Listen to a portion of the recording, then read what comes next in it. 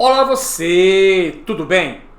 Todos nós sabemos que o músculo, para efetivar as suas contrações, ele precisa receber um estímulo. O músculo estriado esquelético, por exemplo, recebe estímulos específicos do sistema nervoso para que ele possa então executar as suas contrações voluntárias através de uma junção neuromuscular. Já o sistema muscular estriado cardíaco não necessita de estímulos específicos do sistema nervoso. O sistema nervoso apenas modula a frequência cardíaca. O coração possui, na verdade, um sistema intrínseco próprio capaz de gerar os impulsos elétricos necessários às contrações musculares do funcionamento do coração. Este é o assunto da nossa aula de hoje. Eu sou o professor Billy Paul, do canal de Ciências Biológicas e Autodesenvolvimento. E após a vinheta, Sistema Cardiovascular, entenda o funcionamento elétrico do coração. Vamos lá?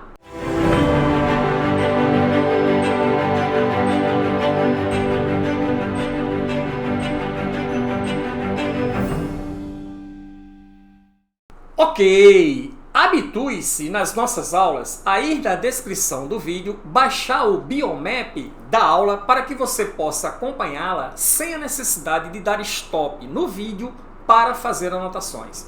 Dúvidas que você tiver sobre biologia ou sobre a aula estudada, deixe nos comentários. Terei um prazer imenso em respondê-las a contento. Mas vamos conversar hoje sobre sistema elétrico do coração. Professor, como funciona esse sistema elétrico do coração? Primeira coisa que você tem que saber é que esse sistema ele é intrínseco, ele é próprio do coração.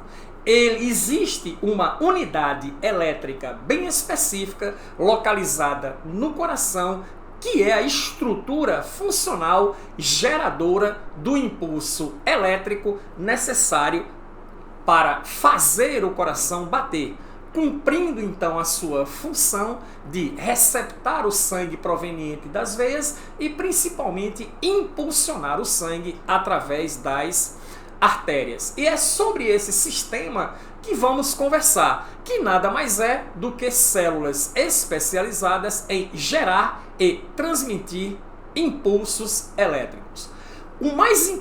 A mais importante unidade geradora de impulso elétrico no coração é uma estrutura conhecida como nó sinoatrial ou nó sinusal, que determina a frequência cardíaca do coração, pois funciona como o marca-passo. É o nosso marca-passo natural. Ele gera o impulso elétrico, transmite o impulso elétrico de maneira ritmada e constante, obedecendo um ritmo muito específico. Entendido? Tá certo ou não? E isso é o que faz com que o coração funcione. Nó sinoatrial ou nó sinusal. Professor, onde fica localizado essa estrutura no coração? Sua localização está na parede lateral do átrio direito, próximo à abertura da veia cava superior. Nós temos um esquema aqui que daqui a pouco você vai ver onde é, tá certo, essa localização específica. A outra estrutura elétrica importante é o nó átrio-ventricular. Tá certo? O nó átrio-ventricular, ele é responsável por gerar um pequeno retardo no estímulo do nó sinoatrial. Ou seja, o nó sinoatrial gera o impulso, libera este impulso, ele é captado pelo nó átrio-ventricular, que espera alguns centésimos de segundos e depois o libera para que seja produzida então a contração ventricular. O nó átrio-ventricular, tá certo? Conduz o impulso elétrico dos átrios para os ventrículos. E é essa condução que vai proporcionar a estes ventrículos a sua respectiva contração ou sístole ventricular. Beleza? Muito bem. A partir do nó atrioventricular, esse impulso elétrico é enviado para o feixe de His, ramo direito e ramo esquerdo, e em seguida para as fibras de Purkinje, ramos do feixe de His. Entendido? Ok? Então, a estimulação das fibras de Purkinje irá provocar a contração simultânea dos ventrículos, tanto o ventrículo direito como o ventrículo esquerdo. Beleza? Professor, onde fica localizado o nó atrioventricular? No interior do septo interatrial. Onde fica o septo interatrial? Vamos lá. Aqui nós temos a nossa primeira estrutura elétrica importante, conhecida como nó sinoatrial, também chamado de nó sinusal.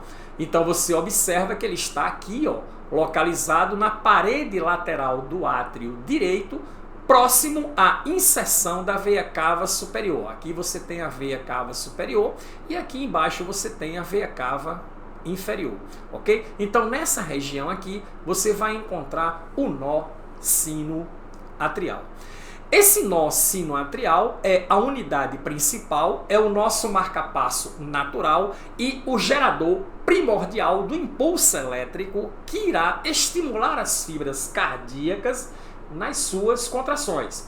O sistema nervoso não tem controle sobre essa funcionalidade cardíaca. O sistema nervoso ele apenas modula esta frequência de batimento cardíaco, acelerando ou diminuindo esta frequência. Nós vamos ver como funciona isso numa próxima aula. Aqui vamos nos deter ao sistema elétrico, representado por todas as estruturas aqui que você está vendo e que estão em verde, ok? Então o nó sinoatrial gera um impulso elétrico, envia esse impulso elétrico por um conjunto de fibras que passa pelo interior da aurícula direita e que recebe o nome de feixes internodais ou internodulares. Aí você tem o feixe de fibra anterior, médio e posterior. De dentro para fora, olha lá, eu tenho aqui a fibra anterior, eu tenho aqui a fibra média e eu tenho aqui a fibra posterior, tá certo? Que corresponde aos feixes internodulares ou feixes internodais. Beleza? Desse nó sinoatrial também, você pode perceber que sai uma outra fibra que vai em direção à aurícula esquerda. Ela é denominada de feixe de Beckmann. Entendido? Certo, professor? E o que isso significa? O que isso significa é que quando o nó sinoatrial gera o impulso e o impulso atinge as fibras internodulares e o feixe de Beckmann, você terá contração simultânea dos átrios ou das aurículas cardíacas, direita e esquerda. Nesse meio tempo, esse impulso, claro, ele chegará evidentemente a essa estrutura aqui, que está localizada, ok? Localizada no septo interatrial, que é essa região aqui. É um septozinho que separa a aurícula direita do ventrículo direito. Em cima desse septo interatrial, você tem então o nó atrioventricular. Ele recebe o impulso, segura um pouco esse impulso e após a contração dessas aurículas, quando esses átrios entram em relaxamento, claro que isso é segundinhos, frações de segundos apenas, reenvia, libera o impulso, passando primeiramente pelo ramo direito do feixe de His, ramo esquerdo do feixe de His, que passa por cima do septo interventricular. Ok? Que separa as duas cavidades ventriculares. Aqui, na região inferior do ramo esquerdo e direito do feixe de His, tá certo? A estrutura, então, se ramifica lateralmente pela musculatura dos ventrículos esquerdo e direito, formando, então, as fibras de Purkinje. Quando esse impulso elétrico, então, atinge as fibras de Purkinje, você terá, então, a contração ventricular ou a sístole ventricular. É desse modo, então, que as contrações no coração tornam-se não simultâneas. Quando os átrios contraem, os ventrículos estão relaxados. Quando os ventrículos contraem, os átrios estão relaxados. E essa concatenação desse tempo aí deve-se ao nó atrioventricular, beleza? O nó sinoatrial gera o impulso, libera o impulso contraindo primeiro as aurículas. Quando o impulso chega no nó atrioventricular, ele dá um pequeno retardo, libera então o impulso para o feixe de His e as fibras de Purkinje, realizando então a contração ventricular. Nesse meio tempo, as aurículas já estarão relaxadas. Beleza?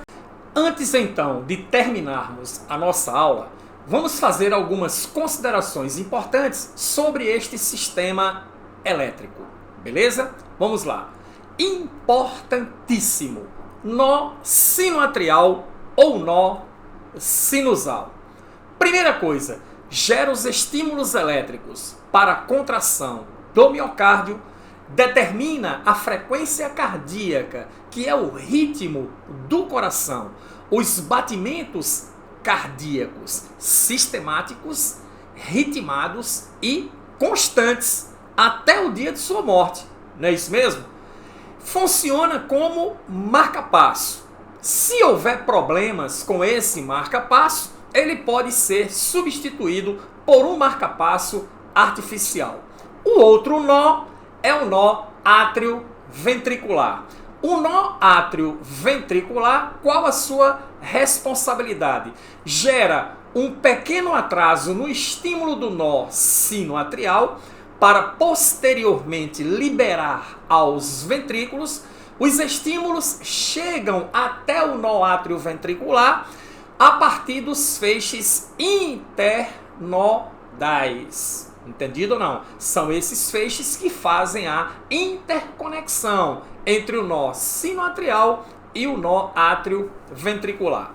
Detalhe importante: do feixe internodal anterior sai o feixe de Beckmann em direção à aurícula esquerda, ok? Ele é quem vai fazer a comunicação, permitindo então que essa aurícula esquerda contraia simultaneamente com a aurícula direita. Não é isso mesmo? Certinho? O que mais, professor? O feixe de His, que passa exatamente por cima do septo interventricular, que divide as duas cavidades ventriculares do coração em ventrículo direito e ventrículo esquerdo.